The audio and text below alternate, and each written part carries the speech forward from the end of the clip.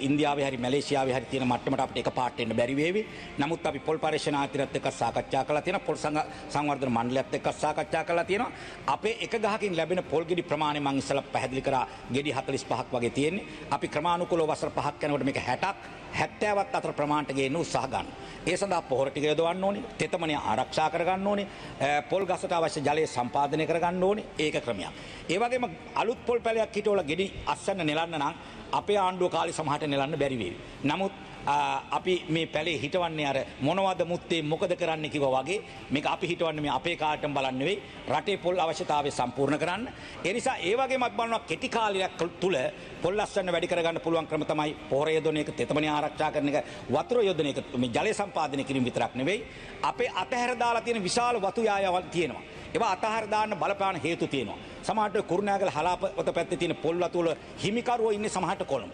සමහරට ඔවුන් ඉන්නේ ලන්ඩන් වල. ඔවුන්ට මේ වතු වලට ආයෝජනය කරලා එපා වෙලා තියෙන්නේ. මේක ගොඩ එන්නේ නැහැ. අපි ඒ කට්ටිය ගෙනලා දැන් සාකච්ඡා කරලා දිරිමත් කරන්න හදනවා. අපි රජයක් හැටියට ඔවුන්ට උදව් කරන්න හදනවා. පොහොර ටික ලබා දෙන්න, උපදෙස් ටික ලබා දෙන්න. සමහරට පොල් ගෙඩි කඩන කෙනෙක් හරියට නැහැ. ඔවුන් පුහුණු කරලා ලබා දෙන්න අපි සූදානම්. අපි කම්කරුවෝ පුහුණු කරලා ලබා දෙන්න සූදානම්.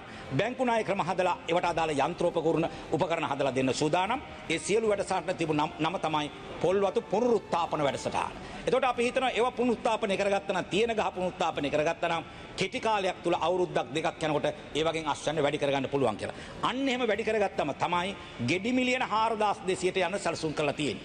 ගහකින් ගන්න පුළුවන් ගෙඩි ගානේ කොච්චරද? ගෙඩි මිලියන 4200ක් ගන්න ගස් කීයක් ඕනද? ඒවා ගානට ගණන් කරලා සැලසුම් කරමින් යනවා. එඳ අපි හිතන ඉලක්කයට එන්න පුළුවන් කියලා.